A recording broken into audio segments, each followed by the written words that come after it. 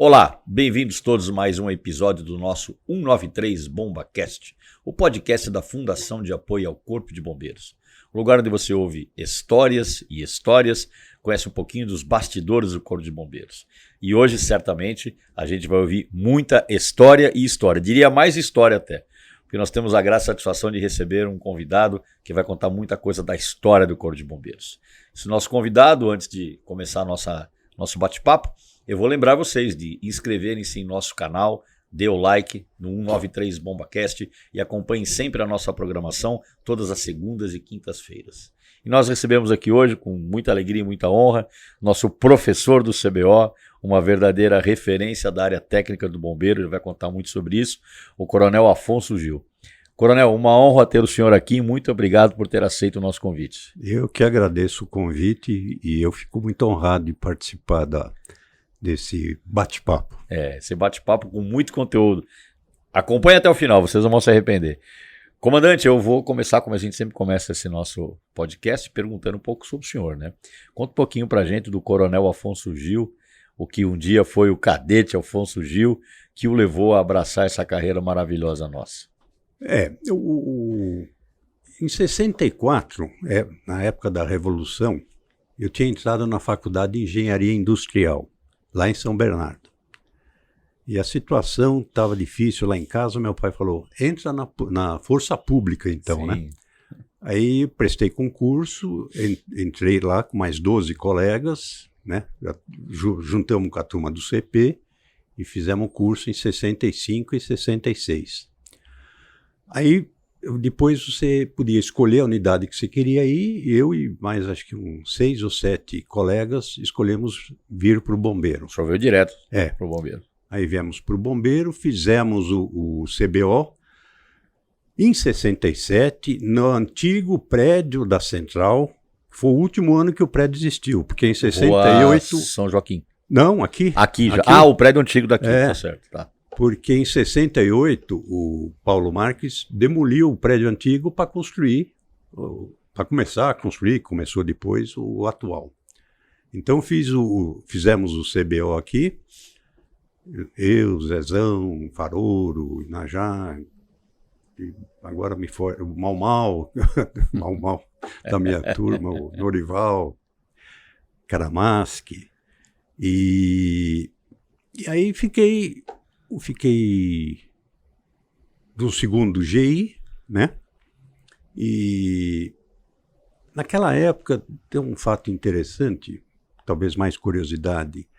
Você corria como coroinha e depois você tinha que juntar uns pontos para correr sozinho. Peguei essa fase ainda. Pegou? Durou muitos anos. Ah, é? E, pô, eu só peguei incêndio Michuruca, né? Mas mesmo assim, passei a pronto. Aí tive 2 ocorrências aqui em São Paulo que eu me lembro que ficou bem na memória. Uma das ocorrências, em 67, foi na antiga casa de detenção, em frente ao BTA. Deu um incêndio lá, pequeno, mas eu fui andando pelo forro, e era aquelas placas grandes, Duratex, pisei no recrutão de bombeiro, pisei no meio e caí de pé, e uns 3 metros de altura. Na hora você não sente nada, mas no dia seguinte os 2 calcanhares estavam 2 bolas de vôlei. E eu acho que isso é causa em parte da artrite e artrose que eu tenho nos tornozelos hoje. Eu acho que todo bombeiro tem alguma lembrança no corpo, né, comandante? Difícil quem não tem, né? Com certeza. A outra ocorrência, e essa foi um incêndio grande, foi no antigo Palácio dos Campos Elíseos, né? Era o cair da tarde, começo da noite, nós fomos que ainda era a sede do governo lá, né? Não era mais. A sede já era no Bandeirantes, mas lá era a casa do governador. Sim. Ele morava lá, ele e a esposa. Aí entramos pela Avenida Rio Branco, o prédio lá, aquele chamarel, eu falei, Ave Maria, tô frito, viu? E realmente foi um incêndio difícil, queimou todo o sótão e só foi entender esse tipo de incêndio anos depois, quando eu fui para o ABC. Aí o senhor tem uma história muito ligada lá ao ABC. Aí depois, no ano seguinte, já em 68, fui para o ABC. Pegamos lá o Coronel Celestino, que era um incentivador de de todo mundo, dava liberdade para o pessoal. E uma grande vantagem é que ele era um sujeito de cabeça aberta. Havia recursos das prefeituras. Então, e a falta de informação, de literatura, era enorme. Não tinha. Hoje você pega o celular, você acessa qualquer informação. Naquela época, você tinha 4, 5 manual do bombeiro e olhe lá, e manual muito simples, né? Uhum. Então nós começamos a comprar livro, começamos a comprar revista, e então comprava revista em alemão, em francês. Tinha uma que era em 3 línguas. Publicações que tinham na época, né? Tinha uma revista que era em 3 línguas, francês, alemão e inglês. E americana, revista americana também. E aí a gente ia lendo, ia fuçando, ia aprendendo, né? E numa revista em alemão eu vi que tinha uma coleção de publicações, uns caderninhos assim, tamanho de uma revista de seleções, Uhum. né? O nome em alemão é Roten Heften, Cadernos Vermelhos. Pô, quando eu vi aquilo, encomendamos, veio, meu amigo, Formação parecia que eu estava no paraíso. Eu tinha dificuldade de ler alemão. Quando eu estava na faculdade, eu fiz estágio na Ródia, o sujeito falou, tem um lugar lá, uma escrivaninha, você senta lá e faz o que você quer. Então peguei e levei um desses livrinhos lá, e com dicionário ficava ali traduzindo, gastava acho que 1 hora para traduzir uma página. Mas depois você vai pegando o vocabulário. Claro, fica mais fácil. Né? Então, eu acabei traduzindo 2 desses, mais de 20 exemplares. Um foi o Combustão e Extinção, que aí deu para entender o que é uma combustão, como é que funciona o incêndio. E eles citam casos lá da guerra, né? Explosão de fogo, né? No bombardeamento de Dresden, por exemplo, e tempestades de fogo, né? Uhum. E então, Combustão e Extinção foi um, e o outro foi o Comandante de Socorro, que eu acho que faltava uma literatura, e eu falei, pô, isso daqui é o Isso que aqui nós vai estamos ajudar precisando, no operacional. né? É. Aí eu traduzi, e tinha uma impressora ou uma imprensa lá no ABC, imprimimos um monte de livretos e distribuímos, né?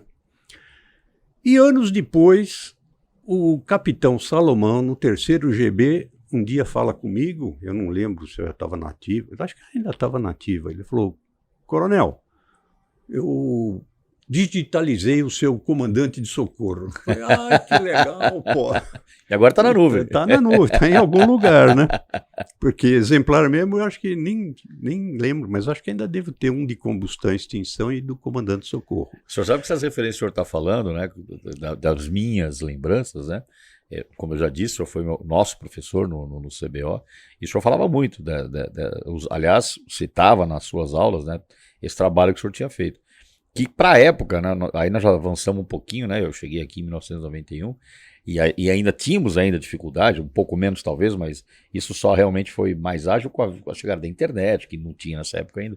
Mas essa referência toda que o senhor está citando, você vê, nós estamos falando no começo dos anos 70, 20 anos depois, ainda era, e como ainda é, né, com certeza, referência teórica para nós bombeiros. E o 8º, então, tinha uma biblioteca muito boa. Dessas publicações que o senhor comprava. Aí, depois que eu fui uma vez lá no 8º, eu queria achar um livro. Falei, cadê aqueles livros, né? Eu lembro que tinha um armário grande e tal. Aí tinha uma pilha de livros jogado no chão e não sei o quê. Eu falei, puta vida. Aí achei o livro que eu queria, que estava interessado, e achei os livretos vermelhos. Aí eu falei, o original. Aí eu falei, não, esses daqui eu vou pegar e vou levar para a escola. E estão lá na escola. Estão lá na ESB. Estão lá na ESB. Na nossa biblioteca. O problema é que está em alemão, não é tão fácil, né? Mas é uma literatura voltada para o serviço de bombeiro. Nessa época, comandante, o senhor fez esse trabalho de tradução, essa coisa, o senhor já falou, estava na faculdade. O senhor concluiu a faculdade de engenharia quando ainda servia lá no 8º Grupamento de Bombeiros. Isso. Na década de 70. Isso. Eu perdia muita aula, porque a gente não podia queimar o expediente, serviço né? diário. Tinha dia que eu chegava lá na sala de aula, hoje é prova do quê? Aí, senta aí, demorei uns 2 ou 3 anos a mais para terminar a faculdade, mas terminei. E depois fiz engenharia de segurança do trabalho lá na FEI, o que foi muito bom, porque acho que é uma área muito afim com a nossa de bombeiro. Com certeza. Né? E... até hoje, né, os nossos tenentes, né, que fazem o CBO, fazem a complementação da engenharia civil, o senhor sabe, né? E a grande maioria deles acaba indo para a especialização da engenharia de segurança. Segurança do trabalho foi uma coisa muito boa que eu fiz também. E lá na época, o Celestino incentivava a gente a fazer curso. Os mais cursos que apareciam, Negrisolo fez um de técnica de ensino, eu fiz um sobre reuniões, né? O Celestino ia sugerindo, indicando a gente para fazer os cursos. E depois ele foi embora, mas aquela mentalidade continuava, né? Uma das coisas, por exemplo, depois o Armando foi lá para o ABC, não lembro o ano, e ele fez uma coisa interessante, ele criou as competições esportivas entre os postos de bombeiro. Então pegava todo o material teórico e prático, o pessoal tinha que treinar, e um dia por mês ia lá uma equipe avaliar o posto tal.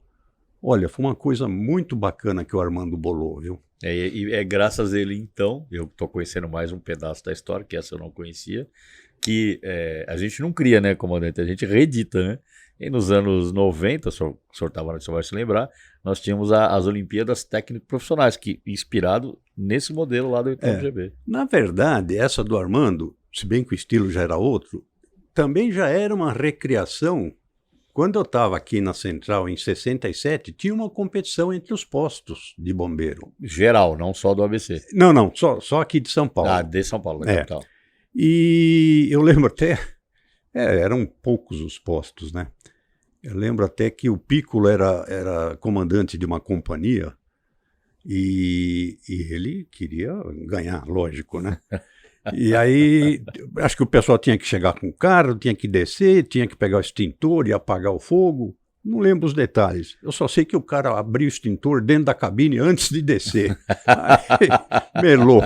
O Piccolo perdeu. A turma do Piccolo perdeu. Comandante, que interessante. Porque só se repete. Que o senhor está falando, eu estou lembrando das... Aí nós já estamos nos anos 90, né? As Olimpíadas Técnico Profissional eram as mesmas coisas, né? Por isso que a gente sempre fala, né? Tem histórias e histórias dessa coisa toda. É bacana que as histórias mais ou menos se repetem, mas sempre num patamar melhor, né? Fantástico. Graças a Deus. E outra coisa interessante lá do tempo do ABC, graças ao acesso à literatura, livros, revistas, acho que também vídeos, o Armando, de novo, ele falou, peraí, por que nós não fazemos uma revista? Pega essas revistas aqui. O Arnaldo lia muito bem francês, né? Um outro lia inglês, eu dava uns pitacos em alemão. Aí o Armando falou, vamos fazer uma revista, nós, aqui do ABC, né? E aí fizemos uma revista chamada Incêndio, que não é depois... Que não é ela durou, ela durou uns 3, 4 anos, né? Aí a gente normalmente traduzia artigo daquelas revistas estrangeiras, né? E aí, acho que durou uns 3, 4 anos. Aí um belo dia... antes disso, em 1979, eu consegui uma bolsa do consulado alemão e fui para lá e fiquei na cidade de Wiesbaden, que é a capital do estado, uma cidade de 300 mil habitantes. E, de novo, as coincidências. Como é que eu consegui ir para lá? Tinha um bombeiro alemão lá, que seria o B3 lá da cidade, né? Ele veio visitar um amigo do tempo da guerra que tinha uma indústria no ABC. Aí ele falou comigo, eu gostaria de conhecer o bombeiro e tal. Wolfgang Martin era o nome dele. Aí os caras entraram em contato com o Celestino não, vamos comer uma pizza, vamos chamar o cara, comer uma pizza. Aí fiquei conhecendo o Martin. Aí, tudo bem, mantemos uma correspondência, mas ficou nisso mesmo. Aí depois eu vi a possibilidade ainda nas revistas alemãs, que você podia fazer estágios no exterior, né? Aí eu peguei, fui no consulado e falei, eu queria fazer um estágio assim, assado, na Alemanha. Ah, não, é difícil, não sei o quê, papapá. Bom, eu sei que insisti mais algumas vezes, achei alguns argumentos, e eu falei, conheço o cara lá do Bombeiro de Wiesbaden, ele pode, né, endossar o meu pedido, né? Aí eu mandei uma carta para o Martin, ele falou, sem problema. Aí consegui a bolsa.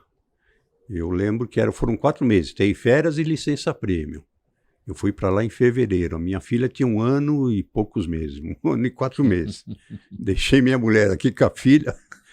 Eu falei, se vira aí. É uma oportunidade, né? E foi uma experiência muito bacana também. Acredito. Poxa, muito enriquecedor. Primeiro, e eu fiquei na área vamos dizer, na área técnica, de análise de projeto, vendo a legislação alemã, né? E o Martin, o sistema deles, na época, acho que talvez ainda continue assim, lá eles não têm uma formação que nem a nossa. Na época era... Esse bombeiro lá, ele era do modelo voluntário? Municipal profissional. Isso. Profissional, sim. Porque lá tem os modelos nas cidades menores, o voluntário, né? Se não mudou, até 100 mil é voluntário. A partir de 100 mil é profissional. Deve ser algo muito semelhante até hoje. Então o Martin pegava e fazia a programação, né? Onde é que você quer ir? Eu quero ir na Dräger. Aí ele e assim eu fiz várias visitas. Eu fui na Metz, que é no sul da Alemanha. Fiz uns estágios legais lá. Fui na Metz e por sorte, por azar, não sei, uma escada Metz, nossa, antiga pra caramba, tinha desabado lá no ABC. Aí eu levei uma foto lá, mostrei pros caras da Metz. Eles falaram, pô. Mas foi falha de operação do motorista. Né? Ele devia ter tomado uns cuidados que ele não tomou. E então eu fui na Metz, na Dräger, fiz 2 estágios muito interessantes. Eu estava falando da formação lá do bombeiro na Alemanha, do oficial, né?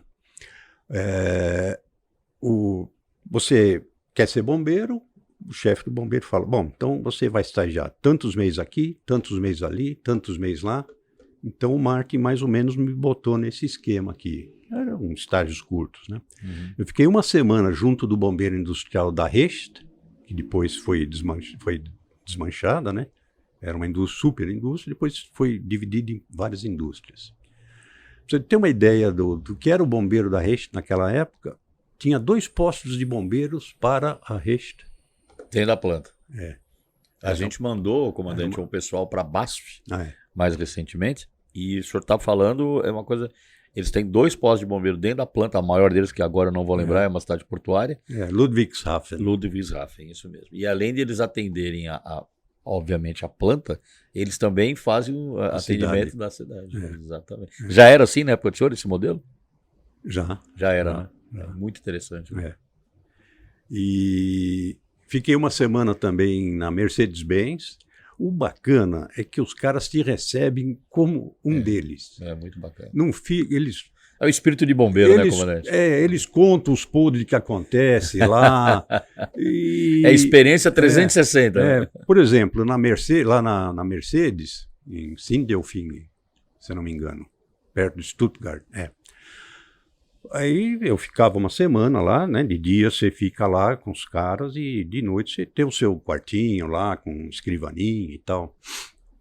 Aí ele estava falando de um sistema de proteção por CO2, né? Que era, não lembro mais, proteção líquido inflamável. Aí eles foram fazer um teste lá e deu uma faísca estática e explodiu, o que fez justo o contrário do que era para fazer. Em vez de proteger, acabou provocando uma explosão. Então, o bacana nesse sistema alemão é isso. Você é recebido como igual, tratado como igual. Então, foi uma experiência muito boa. Dessas experiências, comandante, e eu acredito que o senhor vai falar disso também, né? Toda a participação que o senhor teve, importantíssima, no nosso desenvolvimento das normas e treinamento.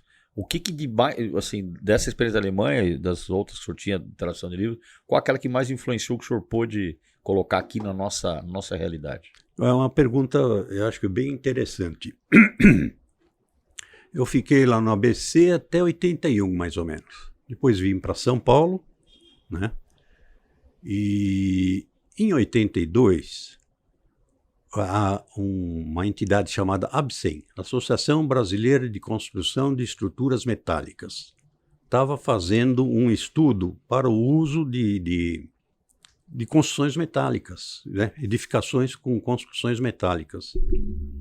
E aí foram vendo as normas, aí chegou certa altura do estudo, o pessoal falou, bom, tudo bem, vocês têm que seguir as normas de segurança contra incêndio. Quais são? Não tinha. Não tem.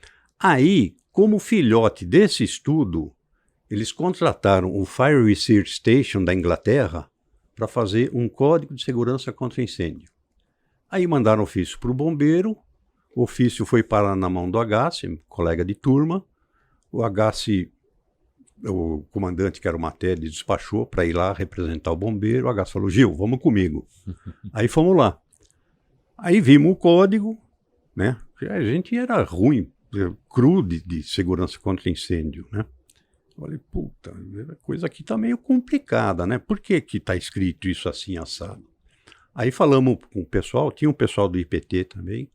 Aí falamos lá com o pessoal, eles pegaram e fizeram um outro documento chamado Explanatory Memoranda, que era a explicação do porquê que aquele artigo era assim assado, né? E o Explanatory Memoranda tinha muita figura, muita ilustração. Aí abriu a cabeça, aí começou a entrar a luz. Entendeu o que estava escrito. Começou a entrar a luz. Bom, isso foi mais ou menos em 82. E um pouco da experiência da Alemanha também me ajudou nisso. Até por isso que o Agassi me chamou. Né?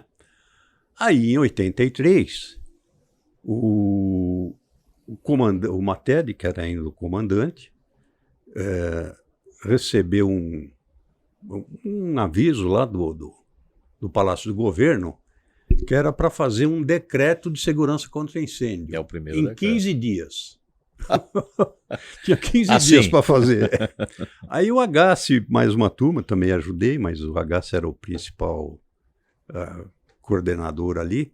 Aí pegamos lá o que a gente tinha visto lá naqueles documentos lá do Fire Research Station e saiu o primeiro decreto, 20811, de 83. O interessante, foi um puta avanço. Claro. Porque nós passamos... Como até hoje a gente se depara com projetos aí de prédios aqui da região mais antiga de São Paulo, que é desse decreto até hoje. Porque antes o que era? Era extintor, hidrante e algumas coisas baseadas na tarifa seguro incêndio do Brasil. Do IRB, né? E aí começamos a ver compartimentação, detecção, alarme, não sei o quê, iluminação de emergência, né? Mas... proteção de rota de fuga, tudo aí, né?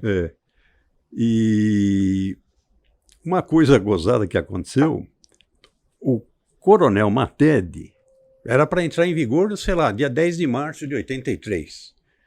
Dia do bombeiro. Só que, estou chutando, não sei, mas é provável que fosse nessa data.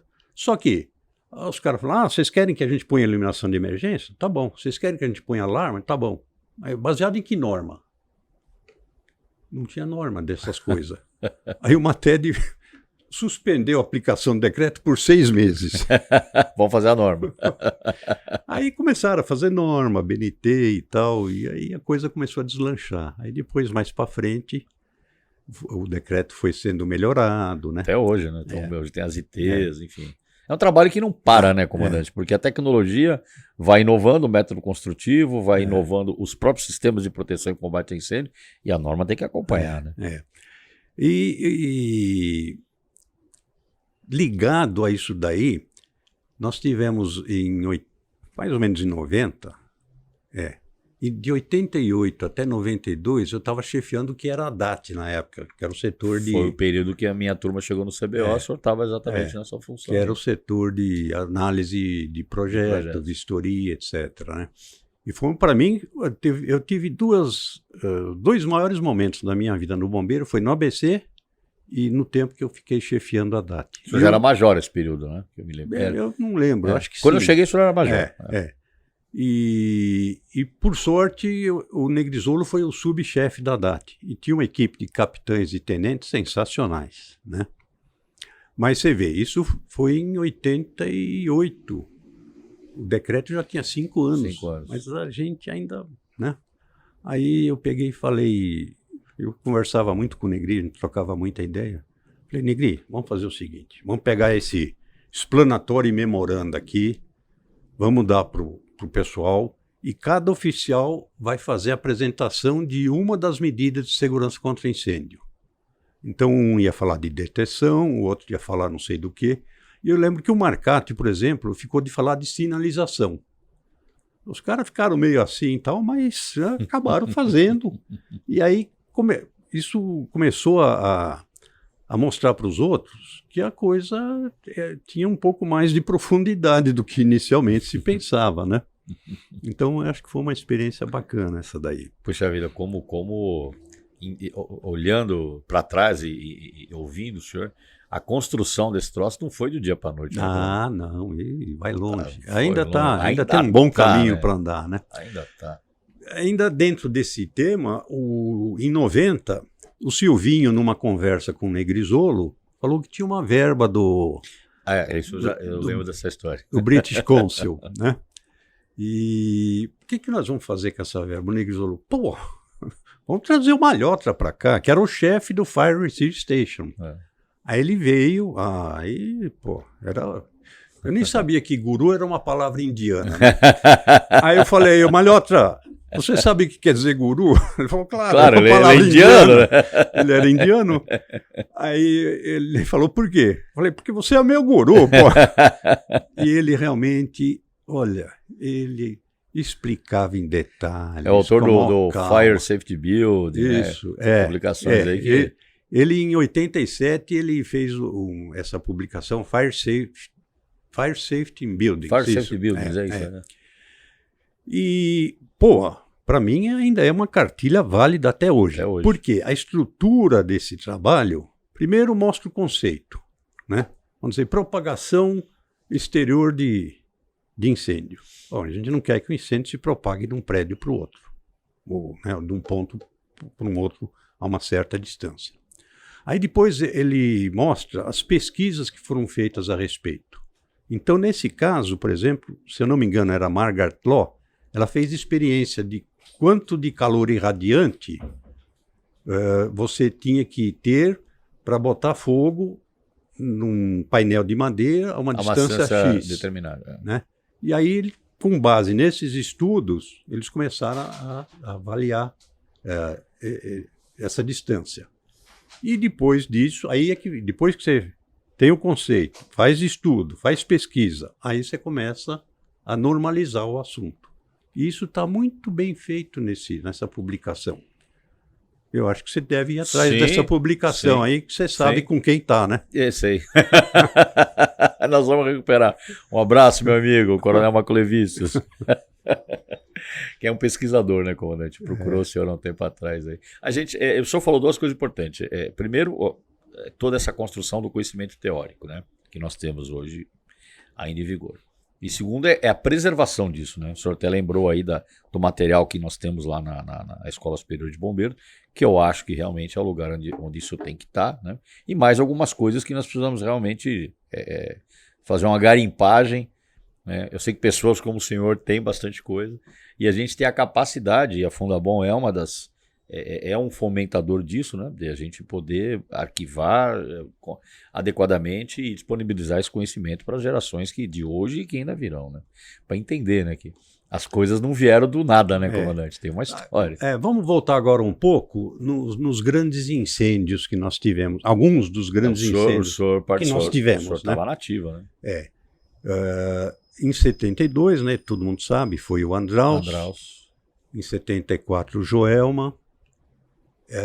E logo depois disso, o deputado federal Faria Lima, ele organizou um simpósio, congresso, lá na Câmara Federal, né?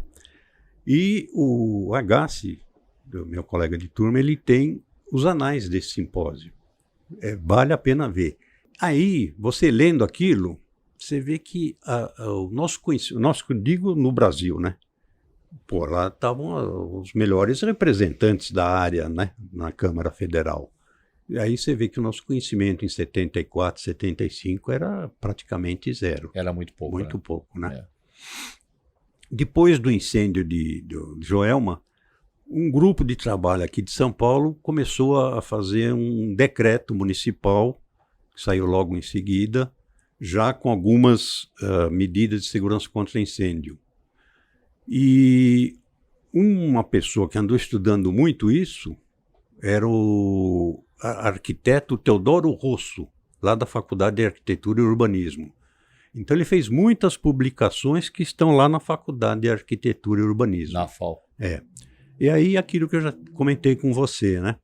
Da gente unir a teoria com a prática. A universidade faz pesquisa, o bombeiro tem a prática. Então, juntando os dois, você tem o melhor dos mundos. Não tem a né? dúvida. Porque se você não mostrar a prática para o pessoal da universidade, os caras ficam delirando, né? E a gente também achando... Traz pro mundo real, né? A gente também achando que lá não sai pra tem nada. a prática, eu é que sei, não é bem assim, né? Tanto assim que essa publicação que eu falei do Malhotra mostra como as pesquisas são importantes. Então, 72 e 74, nós não tínhamos relatório desses incêndios, né? Em 74 foi feito um relatório pelo Instituto de Engenharia, um relatório muito do tipo, olha, nós seguimos as normas existentes e tal, meio tirando o corpo fora da engenharia e da arquitetura, né? Como quem diz, olha... Não é comigo. As normas não exigiam, né? Então, porque na época não tinha nem saída de emergência protegida, né? Então, no Joelma morreu muita gente por causa disso. A escadaria aberta, não cheia tinha, de fumaça. Não tinha compartimentação, não tinha escada, não tinha porta corta-fogo. Não tinha as coisas básicas, né? Então, eu ainda nessa época, o que a gente fazia? Como eu já disse antes. A gente tinha que pegar e ler os relatórios desses incêndios no Fire Journal dos Estados Unidos. Que não tinha nada aqui. Eles vinham aqui, pesquisavam, faziam um artigo, publicavam e aí a gente tinha que comprar a revista e aí ler. Pô, agora estou sabendo o que aconteceu aqui. Né? Fazer o quê? Puxa vida, hein? E aí... Depois, em 87, deu um incêndio num prédio que a gente chama prédio da CESP. O CESP, né? Paulista. Ali na esquina da Paulista com a Augusta. Essa eu já me lembro bem. Aliás, e eu lembro também do Joel, mas eu era garoto de 9 anos de idade. E o... Vamos tomar um café já? Ou... Vamos, o café tá aí. Aliás, vamos fazer uma pausa aqui, o nosso convidado, vamos tomar aqui o café dos heróis, o café do Bomba Café. Aqui na Anita Garibaldi, número 25, nós temos um café temático com decoração de bombeiro, algumas peças históricas. Convidamos a todos para conhecer o nosso Bomba Café. Aproveite o nosso cafezinho, comandante. Obrigado. Tá com jeito, tá muito gostoso. Muito bom mesmo. Então, em 87, deu esse incêndio, não lembro o mês, acho que foi outubro. Começou... O CESP eram 2 torres, tá? No mesmo conjunto. As torres tinham um afastamento mais ou menos de 8 metros, tá? Então começou na torre 1, que era, acho que a mais baixa. Eu não lembro agora, né? Começou, sei lá, no 5º, 6º andar da torre. Foi se propagando, tomou conta da torre 1 inteira e depois se propagou para a torre 2. E os bombeiros, lá na torre 2 tinha uma escada protegida, na torre 1 nem tanto, né? Era uma escada meia boca. E os bombeiros subiram lá para tentar apagar o incêndio na torre 2. Mas o que aconteceu? Depois de 1 hora e meia de incêndio, o incêndio foi uma propagação muito rápida, tanto na torre 1 como na torre 2. Aí tinha material combustível, não tinha compartimentação, todas aquelas histórias que a gente já sabe, né? E aí o pessoal do bombeiro tá lá dentro, era o Camargo, e eu não sei se tinha outro oficial, tinha, mas eu não lembro o nome agora, e uns 10 bombeiros. O Coronel Camargo contou essa história aqui. E aí o prédio, uma parte do prédio da Torre 2 desaba. Foi a Torre 2, era de trás, não era? A face... olhando de frente era a Torre da direita. Da direita. Olhando da Paulista de frente, Sim. Era a Torre da direita. E o pessoal entrou nas escadas lá, desceu correndo. Felizmente não morreu nenhum bombeiro, né? Mas morreu um... Era um vigia, não é? Era um rapaz lá que estava no subsolo tirando os carros. Isso. E desabou, e pegou ele lá. E depois, nas nossas conversas aqui de aposentado, o Santão contou uma coisa interessante. Tentaram achar o corpo do rapaz lá, aquilo estava cheio d'água, né? Estavam lá não sei quantos dias já. Deixa um pouco o microfone, comandante. E o Santão estava lá, né, para ver se ajudava a achar o corpo. Aí o pai do rapaz estava lá. O pai do rapaz falou para o Santos: olha, ele está aqui. O Santos falou: pode procurar que ele está aqui. Procuraram achar o corpo do Onde rapaz. O pai lá. tinha falado. Então tem umas coisas aqui. A gente ouve umas histórias aqui, comandante, a gente não duvida, não. Por que eu falei desse incêndio? E porque daquilo que eu tinha falado antes. A gente não fazia relatório desse incêndio, dos incêndios. Dos incêndios. Né? Até no tempo que eu estava na DAT, eu escalei um oficial lá, ele começou a fazer. Mas depois você sai. Mas hoje é regra, comandante. Hoje tem inclusive as apresentações, né? Quando acontece sim. Acontece o grande incêndio, além do relatório minucioso, se faz aí um simpósio para contar para todo mundo que não esteve lá, né? A experiência e os ensinamentos, principalmente, né? Aí fizemos um relatório, eu peguei o Camargo, o Enio, 2 ou 3 praças muito bons também. Aí fizemos um relatório e aí entendemos o que aconteceu. O que tinha acontecido. E passados 30 anos depois, quando fez 30 anos desse incêndio, o Camargo, o Enio e eu fomos lá na ESB explicar para a turma. Né? Foi no comando do Eduardo, um pouquinho antes de eu ir para lá. Explicar lá para os oficiais e praças o que foi esse incêndio da CESP. Então, por isso que é muito... Mas, olha, você vê que coisa interessante. O senhor falou do Andral, o senhor falou do Joelma. Andral e Joelma, a gente foi entender o que aconteceu com publicações internacionais, como o senhor mesmo já disse. Passados alguns anos, aí 12 anos, 74, 13 anos, pela primeira vez, né, depois já tínhamos as nossas normas, nós mesmos fomos entender o que acontecia nessa... É isso que tem que acontecer, né? Esse é o caminho que nós percorremos. Né? O senhor estava na ativa também no incêndio do Grande Avenida. Tava. Ali também houve uma... Que ano que foi, você lembra? 80... Mas esse eu não... Porque também ali, o mais dramático da história foi aquele resgate lá das crianças, eu lembro da família, o pai, né? Temos a imagem aí famosa. Poder colocar essa imagem, viu, da transposição do cabo do incêndio do Grande Avenida. Procura aí, Miquel, põe na edição aí, pra gente rememorar esse momento aí.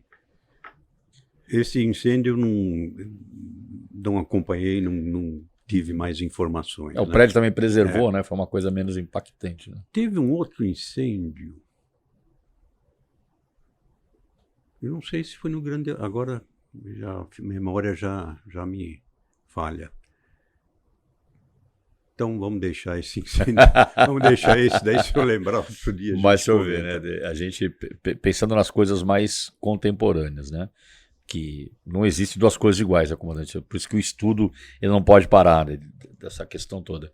Eu estou falando agora do incêndio do Paissandu. O senhor acompanhou já na reserva, né? Que é uma temática muito recorrente hoje, que talvez fosse um pouco menos incidente naquela época, que é a ocupação de prédios, né?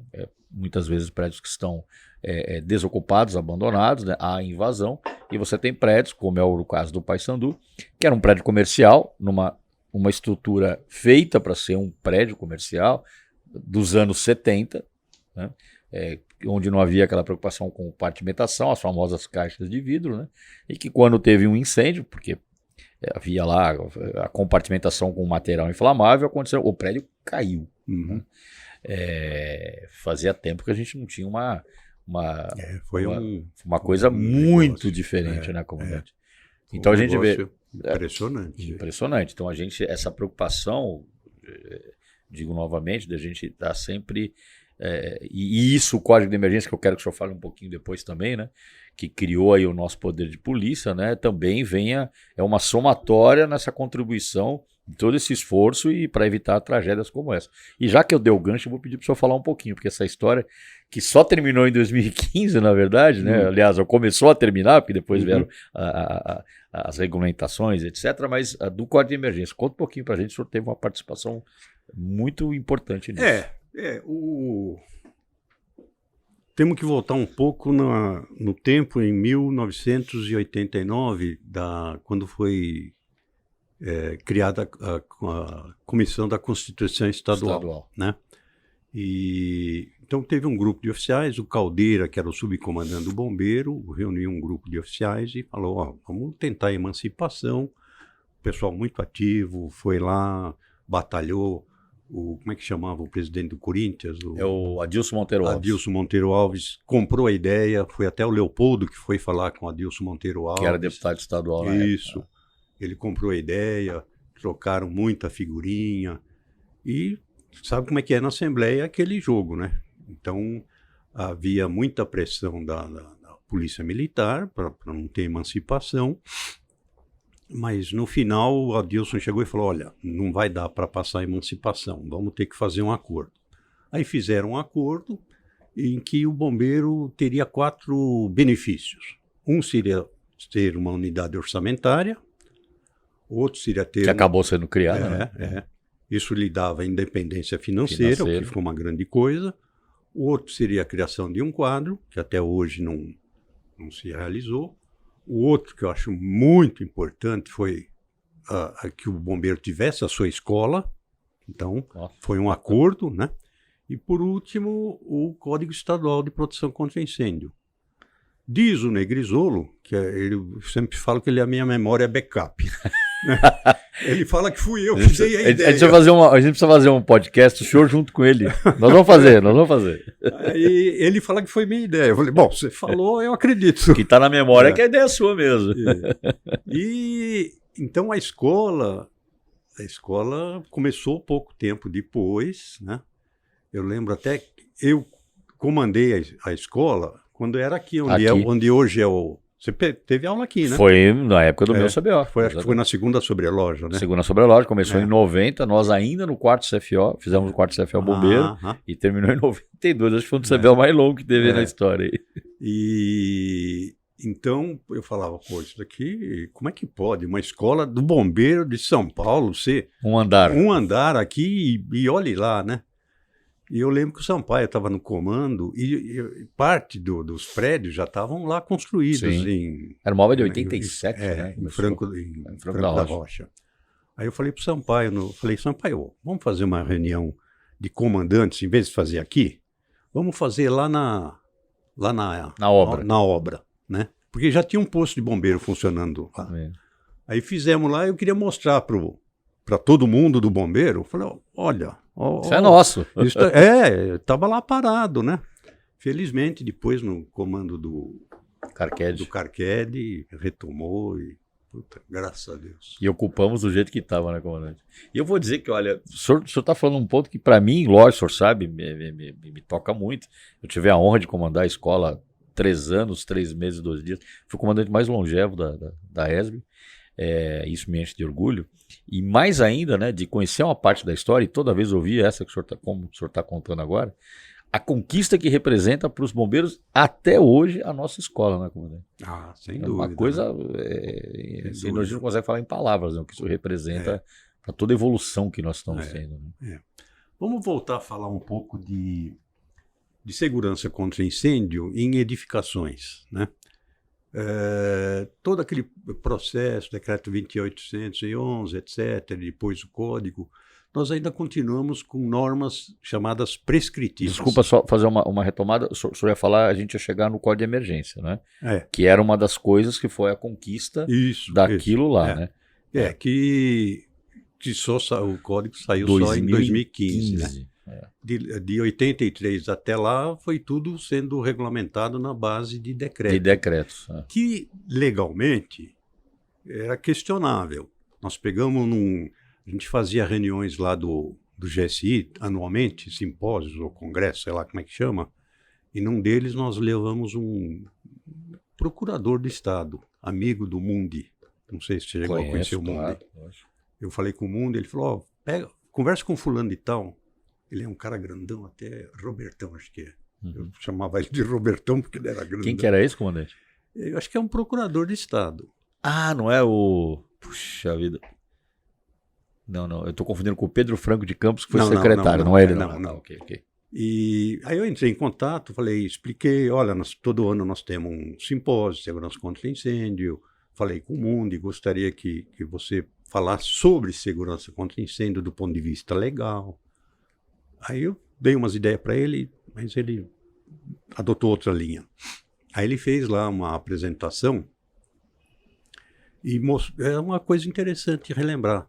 Outra coisa interessante é que todos esses seminários do GSI estão disponíveis como é que chama aí? Na nuvem. Na nuvem. No YouTube. No YouTube. São feitos. O pessoal da FAO gravou todos os seminários. Todos, está tudo lá. É só botar. Deve ser GSI mesmo, né? Fica a dica aí, pessoal. Tem muito conteúdo informativo.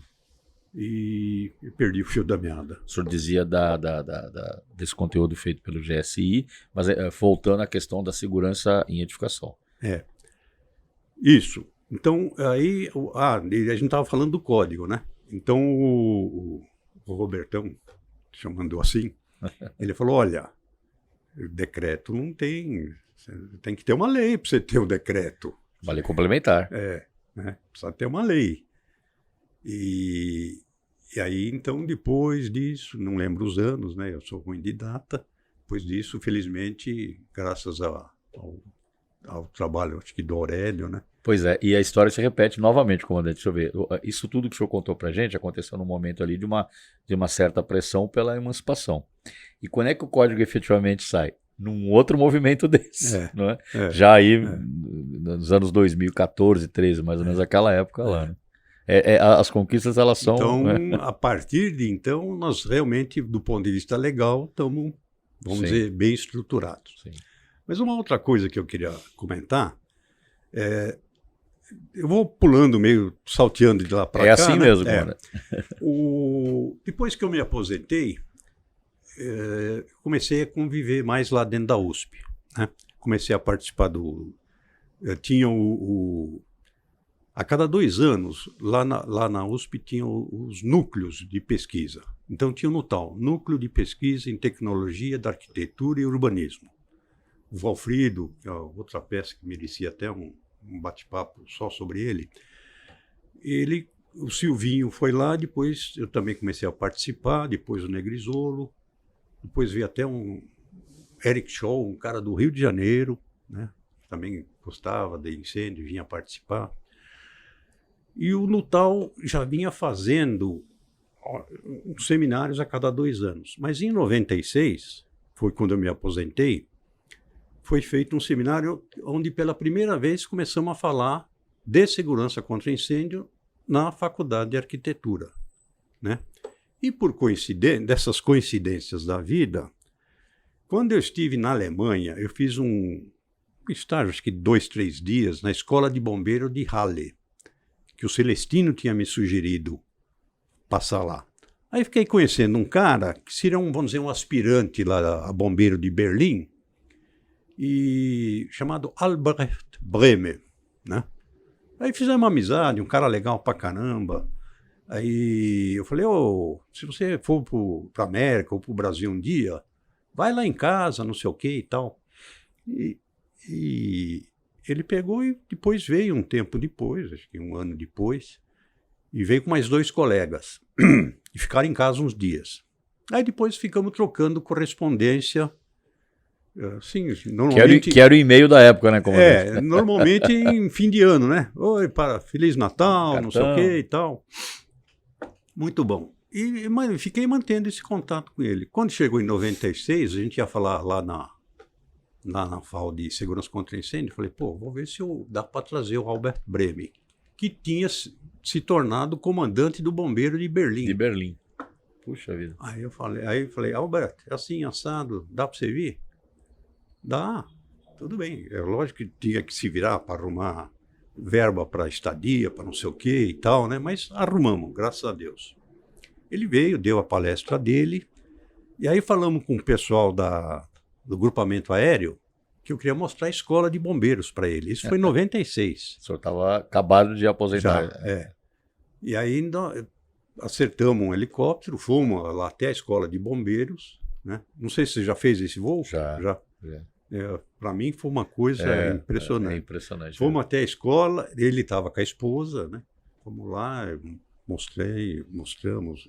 Em 96 Ainda não tinha ocupado, a gente ocupou em 99, né? Exatamente, só tinha as estruturas lá, né? Verdade. Mas eu fiz questão de mostrar para ele.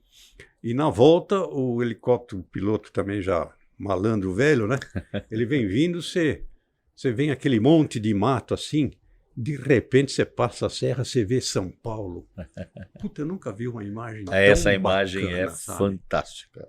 O senhor tem razão. Eu falei, caramba, eu fiquei impressionado com o tamanho da cidade. É fantástico. Né? E o senhor está falando em 96, hein, comandante? Imagina. Mas voltando então à segurança contra incêndio. Falamos das normas, pesquisa, etc. e tal. E nesses simpósios do GSI, que eu já comecei a participar aposentado, já começou a se falar mais de segurança contra incêndio, né? E vinha pesquisador de fora, de outros países, né? A Rosária Ono, que é a professora lá que agora está dirigindo o Museu de Ipiranga, o Museu Paulista, né?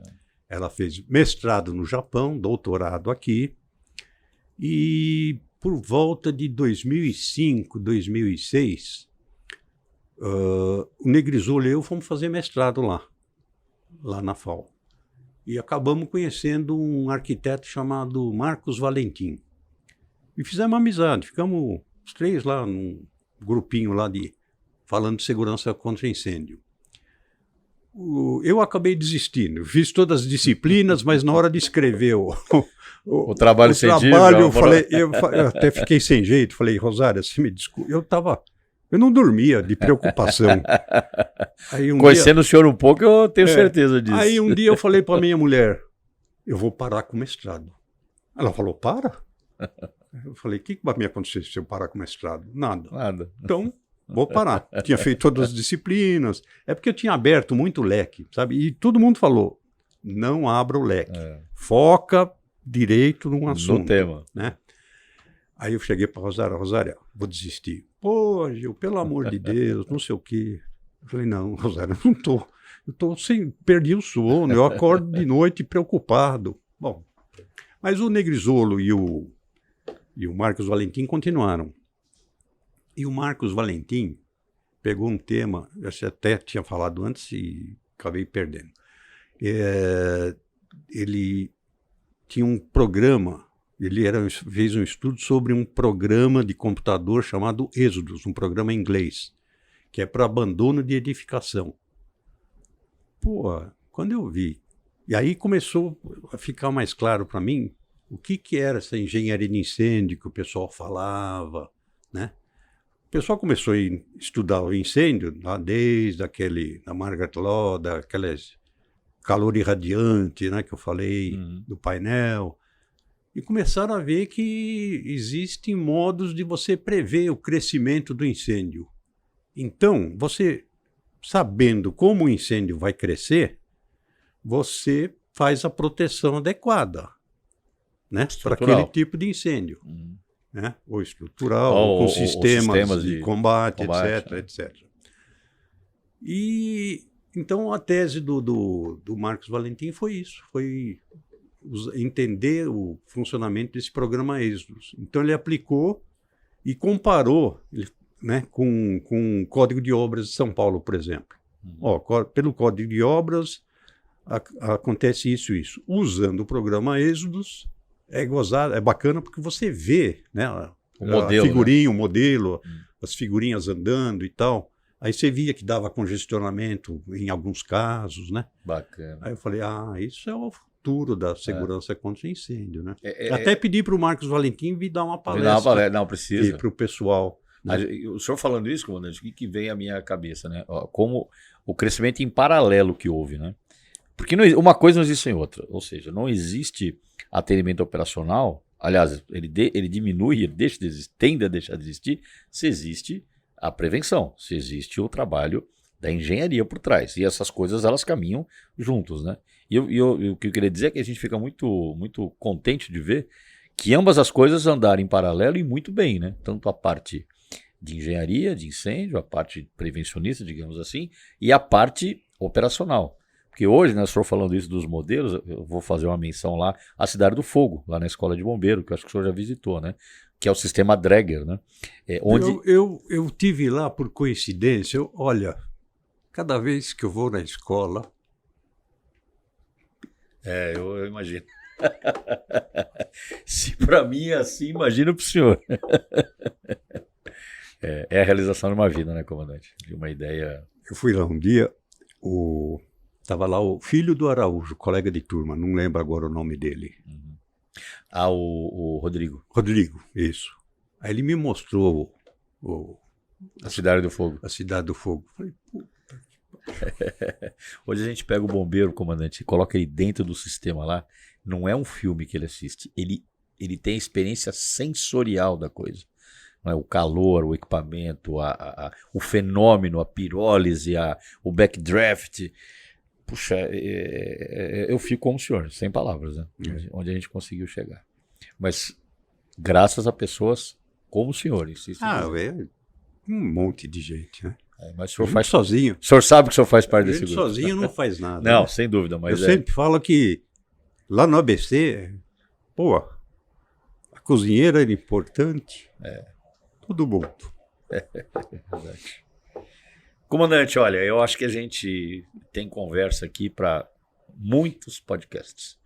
E acatando uma sugestão que o senhor mesmo deu para a gente, faremos aqui mesas com pessoas da sua geração para lembrar dessas histórias. E é muito importante porque tem a visão do senhor, tem a visão de outros da mesma história, e isso só enriquece.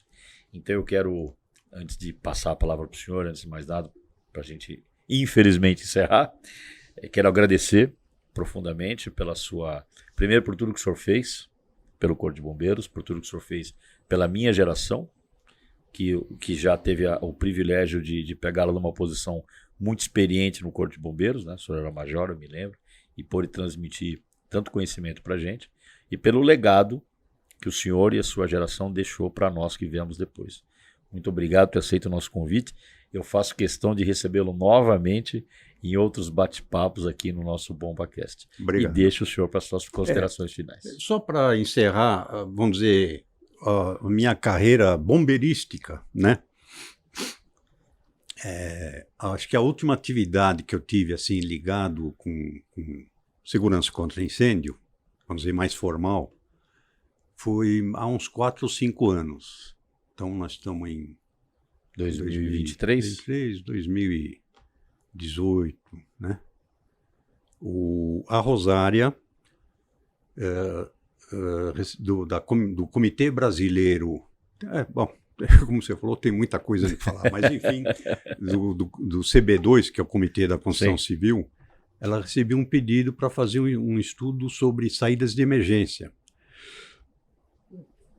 Tudo até em decorrência do incêndio do bote da Kiss, etc, etc. Bom, aí a Rosária pegou o Negrisolo, eu, o Marcos Valentim e ela. Aí nós fizemos uma minuta de uma nova NBR 9077, que ficou com o título de saídas de emergência, que não é o melhor título, mas é o que o pessoal conhece. E o Negrisolo andou pesquisando, nós andamos pesquisando a legislação inglesa, o Negrisolo pegou a legislação italiana, que era bem avançada, e fizemos uma minuta. Muda totalmente o entendimento de como é que deve ser uma saída de emergência. Tá? Então nós fizemos uma minuta, entra em consideração a familiaridade das pessoas com a edificação, a capacidade de locomoção das pessoas, se as pessoas estão em vigília ou não. Então, são fatores totalmente novos e diferentes da antiga NBR 9077, que era já ultrapassada, né? E fizemos essa minuta, depois foi lá para o CB2. Até pouco tempo atrás, eu lembro, perguntei para o Negri, ele falou, olha, está em consulta pública aí, né? Então, provavelmente nós vamos ter uma nova norma. Então, eu gostei de terminar a minha participação bombeirística com essa norma, que para mim é a norma mais importante. O que eu tenho a dizer é o seguinte, o senhor está contribuindo e muito até hoje. Eu agradeço. Imagina, comandante, o senhor que tem que agradecer. Esse foi mais um episódio do nosso 193 BombaCast. Espero que você tenha gostado mais uma vez de mais um monte de histórias e histórias. Muito obrigado, Coronel Gil. Acompanhem sempre a nossa programação, mas não se esqueçam, inscrevam-se no nosso canal, dê o like, toda segunda e quinta-feira um novo episódio. Muito obrigado, até a próxima.